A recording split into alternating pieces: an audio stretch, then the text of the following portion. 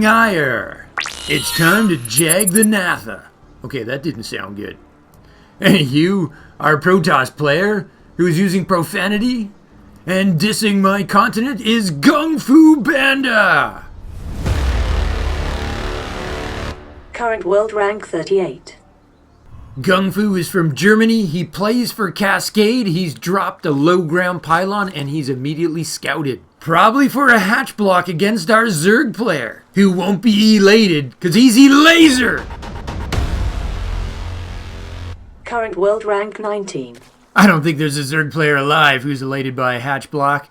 Elazer isn't going to waste any time on it though, he's going to reroute to his triangular third. Yes, it will be a hatch first for our Zerg player. Warp gate's already gone down for GunGfu. Elazer is from Poland. His team is AGO Sports. Both of our players actually have brought us some pretty wild games to this channel. Oh, it's an early forge for GunGfu. This is either that bizarre early upgrade strat for Protoss, or we could be looking at a cannon rush. Extractor pool for the Zerg. Elazer has no drone scout. He's not going to see that forge until his overlord shows up. And it's a long diagonal flight on this map. Though the very visible appearance of a pylon could be a clue.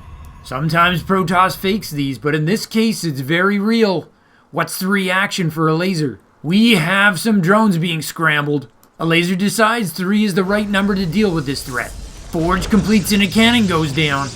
There's no block off though, it's an exposed cannon. GunGFu's gonna save some money, but that means it's possible for those drones to try to claw away at it. Elazer ups the scramble to 6.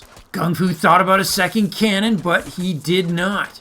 He sees 7 more drones coming, and he realizes his cannon rush is not gonna work. There's the cancel, and look at the perfect timing for Elazer. His scramble drones immediately go to work at the natural. A very surprising minimal amount of mining time is lost. That worked out really well. Not a big expenditure for Protoss, but he didn't get a whole bunch for it.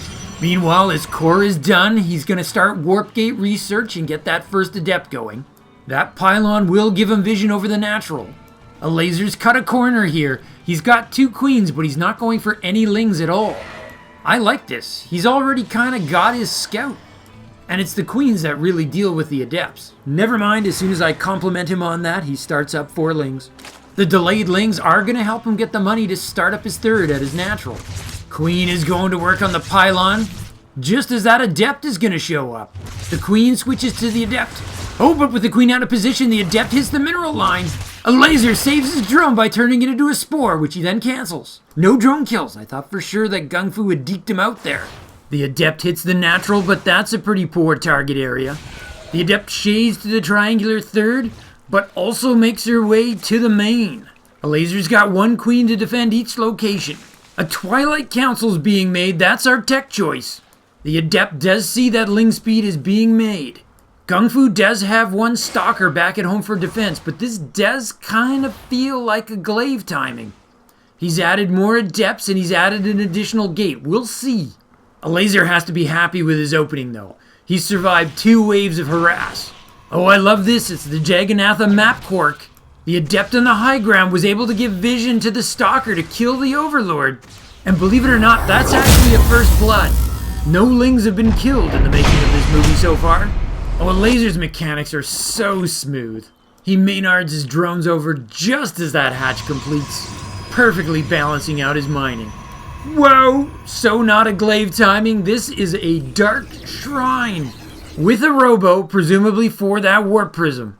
Meanwhile, the 2 adepts are snaking back down towards the Zerg base, possibly to try to sell the idea of a glaive rush. 1 safety spore at the Zerg natural. That's a blind spore. Elazer has very little scouting information. He's actually just setting up his firstlings now, and they're going to run right into the adepts. No! They do not see each other. I'm not sure who got lucky there, but the combat was evaded. Elazer's going to see the lack of a third. He knows there's a wall, and he knows there's a stalker guarding it. If Elazer wants to bust through that wall, he's going to need a bigger knife. Oh, he might have brought one. He might have enough lings to kill that stalker. GunGfu thinks so too. He's going to make a backup wall. Stalker's in the red. It will die. And the adepts will hit the 3rd base location. There's no lings to defend. He'll get a drone. He'll get 3.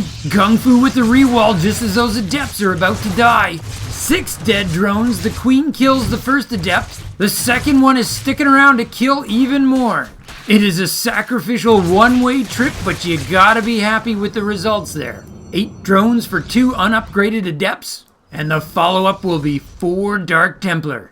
Elazer doesn't have lair tech. He's only got a single spore. If he loses it, he loses the game. Elazer sees it and immediately packs around that spore. GunGfu says, fine, I came here to kill queens and drones anyway. No, it's an abattoir of death! A slaughterhouse of drones! So many little Finn dudes getting shredded to bits, and then GunGfu gets away with 3 of his 4 Dark Templar. I'm not sure Elazer had a choice there. He could not lose that spore, and now he will lose his 4th. Well, it was a cancel. Elazer's working on his lair tech. He would like an overseer yesterday. GunGfu's gonna start his 3rd and see if he can get on even bases with the Zerg. He's certainly enjoying a worker lead. GunGfu evolves again. He doesn't expect his DTs to work a second time. He replaced the lost DT, so he had 4, and that's gonna let him morph 2 Archons. Technically, it is the more expensive way to make an Archon, but you work with what you got. Lair tech completes, and Elazer goes for roach speed. I thought for sure he would be making overseers. It's gonna be a double Archon drop. They're just so good against those lings. And the annoying part is, as long as that warp prism's still out there, GunGfu can just beam them right back up. The good news for Elazer is he's managed to get his worker lead back. He's mining more than the Protoss now, and he really needs that. His incoming wave of units is gonna be roaches, and he really wants that. GunGfu's next follow-up is an observer. I think he's looking to clear some creep. The creep can get out of control so quickly on Jagannatha. He's also got a gateway explosion going on at his 3rd. Oh, the queens are really going after that warp prism. They recognize the danger it poses. But that means they're gonna get pulled far away from their hatcheries. GunGfu's like, I came to kill creep tumors, but I'll battle queens. Not for you won't, says Elazer. And he's gonna replace the creep tumors. There has been some terrific back and forth in this game so far. GunGfu has been punching like mad, but Elazer has been surviving. He's in full cockroach mode. Oh, and he's getting burrow. People sometimes forget how good roaches are when they can burrow. They regenerate at 7 hit points a second when they're underground. It's insane. I know it's like so Wings of Liberty, but I still think it's a great strat. Oh, these lone adepts are getting too much done. GunGfu's Archons were commanding all the attention. So many drones keep dying, but Elazer just keeps replenishing them. He's hit that magic number of 70, but he's still making 9 more. The warp prism with a very sexy recall, which is going to show us that Blink is just about done, and there's a disruptor on the way. Where's that cavalry? Those lings are going to kill a lone zealot. You think you'd be safe sitting at your own triangular 3rd. Hydra Den for Elazer. He's also starting up an Evo, but look how far behind he is on upgrades. GunGfu's halfway done to getting +2. Oh, we've got a maintenance crew trying to clean up the middle of the map. There's a lot of creep here. Nobody likes to see an acceleration zone covered in gunk. It reflects poorly on you and it reflects poorly on me. You can't always expect your mothership to clean up after you. Now GunGfu starts a Colossi. I think he's just going to make every unit in the game. Pretty soon he's going to start making co-op units. Hive tech on the way for Elazer and a lurker den. GunGfu starts a Templar archive. His cleanup crew has to pull back in order to deal with floodlings. Huge warp in of 6 stalkers. That should match up well against the 10 additional roaches that Elazer's making. I like it. We've kind of hit that neat little pause where everybody's just like making stuff. Oh, Lurker Den is cancelled, replaced with a Baneling Nest. Elazer wanted to hide it from the hallucinated Phoenix. Zerg mind games.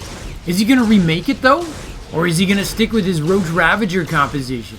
Yeah, looks like he's going to finish that Baneling Nest. Though he is going to add in that Crackling upgrade. Man, do I love that. Whoa, these Stalkers are overextending. Where's the rest of your death ball, boys? Somebody's confident in their ability to blink away. Elazer continues to keep us guessing. Now he's added an Ultralisk Cavern. The Lurker Den is nowhere to be seen. The Hydra Den has never been used. You might say the Zerg main is a hive of activity. Okay, that didn't work, but you saw where I was going with that. Back at the Protoss ranch, GunGfu is increasing his gateway count from 7 to 9. Zealot Legs is done and Storm is halfway done. Tech-wise, Protoss is getting scary. Elazer's way ahead on supply, but you gotta take into account that most of that is roaches. Well, to be honest, most of it's drones. He's at 89. That's why he's out-resourcing his opponent in both minerals and gas right now. But defending these Protoss pushes is gonna be a tough order. GunGFu sneaks in on the left-hand side and snipes 5 drones. A lone zealot hits the bottom right, but gets cleaned up. All hail the great purple geyser. And there's an immortal with bad pathing, or a misrally. That's unfortunate. Don't forget to babysit your immortals, kids. At the 10-minute mark, they can't be left alone by themselves. At least give them a little bracelet that says, "If I am lost, please recall me to Ire. Nexus 1101. GunGFu starts +3 attack. Elazer's at +0 attack. He's just finishing +1 carapace now. And as I say that, he immediately starts +2 carapace. And that makes sense because it synergizes perfectly with the chitinous plating upgrade he's also trying to get for his ultralisks. But even more interesting is that, whoa! Elazer lost 9 supply in the blink of an eye. GunGFu kills 3 Ravagers with 1 Disruptor Blast. But what I was trying to say before I was so rudely interrupted is that Elazer's gone for double Spire. He's really trying to catch up on tech, and he has the economy to attempt it. GunGFu's setting up assassins on both sides of Elazer, and then he's got his death ball to run through the center. If he can actually multitask this, he could have a triple-pronged assault. Whoa, that was pretty spectacular. I'm not even sure who wound up taking the worst of that one. Regardless, Elazer just remaxes very quickly because he's making ultras. He's happy to do some trading because it's going to let him tech up. If GunGFu lets Elazer catch up to him on tech, and Elazer's still got the better economy, then Protoss is in trouble. Though there is that whole Protoss loves being in the late game thing going on right now. As I'm sure you've heard ad nauseum, Zerg's really struggling with that right now. Oh, here's a wishful thinking drone. I'll just make this base right next to the Protoss death ball. I think Elazer deserves points for actually getting that down. Sure, it cost him 300 minerals for nothing, but I thought it was pretty ballsy. Ah! Baneling's hiding in the weeds! Okay, GunGFu is really taking this multi-pronged attack thing to heart right now. A 10 zealot warpit in the main! Tons of zealots on the left-hand flank. DTs at the second base location. Death ball on the right-hand side. GunGFu is everywhere! And the forecast is absolutely electric. Oh, Elazer's suffering from lag, but we won't see the pause here. Hallucinated Archons filling out the ranks. This game has everything. Another 10 zealot warp-in. Excuse me, that was only 9. Supplies are dropping like mad. Elazer is taking the worst of it now. He's dropped to 64 drones and lost his income advantage. 24 dead drones and the zealots are still going at it. I think he's got the cleanup. Just a couple zealots remaining in the second base location. Though Elazer has to be worried that that warp prism can return at any time. The bear hug has nothing on the ultra hug. Double air upgrades in progress. Elazer is attempting to prepare for the late game. GunGFu has secured the income lead, and he's got 5 bases. Whoa, that's a lot of red. 64 worker kills to 0 for GunGFu. Oh, and the warp prism snuck back in again. 4 zealots picking up more drone kills, and then all 4 zealots are picked up. It certainly doesn't change the balance of the game, but that is infuriating for the Zerg. Elazer will try to get revenge by killing this stalker. The balance sheet is still on GunGFu's side of the ledger, but it doesn't hurt. Oh, GunGFu's putting together a very scary army. Immortal Archon to deal with those ultralisks. Immortals in particular have that huge bonus against armored targets. Their damage more than doubles, and he's got +3 attack. GunGFu setting up for another big hit all sides multi-attack strat. Oh, but Elazer's got one of his own, and it's called Banelings in your mineral line. 3 probe kills, Elazer's finally on the board, but that could have been a lot worse for GunGFu. The storm saved him on that one. Look at that, the Ultras see that huge squad of Immortals, and they know they gotta pull back. The dynamic here, though, is that Zerglings with the Crackling upgrade can be very effective against Immortals. There's a real rock, scissors, paper element going on here. Who can line up this battle to their advantage? I also love that Queens have been brought up here. Transfusing Ultras is a great way to leverage their value. Our players are dancing around, but we're going to be seeing a big clash here. Once again, Elazer's close to maxing out. He's building a bit of a gas bank. Elazer is looking ahead so he can set himself up for an air transition. Oh, great abducts over the rocks. Oh, and great storms as well. I love the Viper's use of the terrain there. And Elazer has to be worried that GunGFu's gonna start building carriers. And that's why he's gonna have that double spire ready. Oh, the warp prism got by the Corruptor. The Corruptor had one job. Another 10 zealot warp in plus 14 ferried in. Elazer has to pull back a ton of his army to deal with this. There's DTs in there. But there is an Overseer. The Corruptor does get that warp prism. And the Ultra manages to survive thanks to a timely transfusion from a Queen. GunGFu tries to attack while Elazer's distracted. He drops storms all over his army. Oh, he clears out all of his cracklings. That's gonna leave the Immortals free to go town on the Ultras. It's up to the Queens to transfuse them. Who's got this? GunGFu's got more storms. The Ultras have fallen. GunGFu takes the supply lead back. There's nothing left for Elazer but Queens, and he taps out GG. Elazer started that last battle at 111 supply, dropped to 44. That was decisive.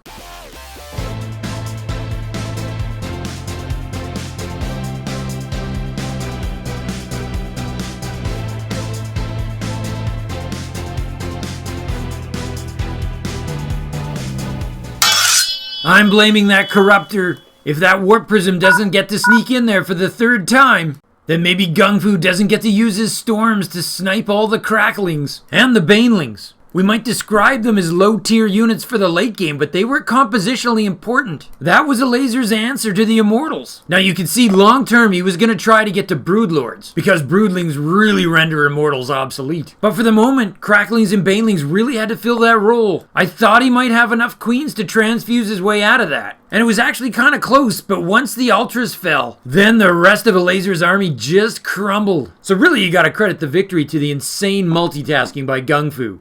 GunGFuBanDa doesn't get enough publicity because he doesn't win premier tournaments, at least not yet. But boy, he can take down some top pros, and he does it in style. Those of you who are new to this channel, I urge you to check out other GunGFu videos. He is an entertaining baller. And if you are new to the channel, do think about hitting that sub button. It certainly helps keep me going. So I'll just say from my base to yours, Zugzwang out. To continue your Starcraft journey, Nova advises you to click the video in the upper rectangle. But Kerrigan warns you to watch your 6 and click the video in the bottom rectangle. Or you can stimpack your Starcraft experience. Subscribe to Zugzwang Starcraft. Just hit the circle. From my base to yours, Zugzwang out.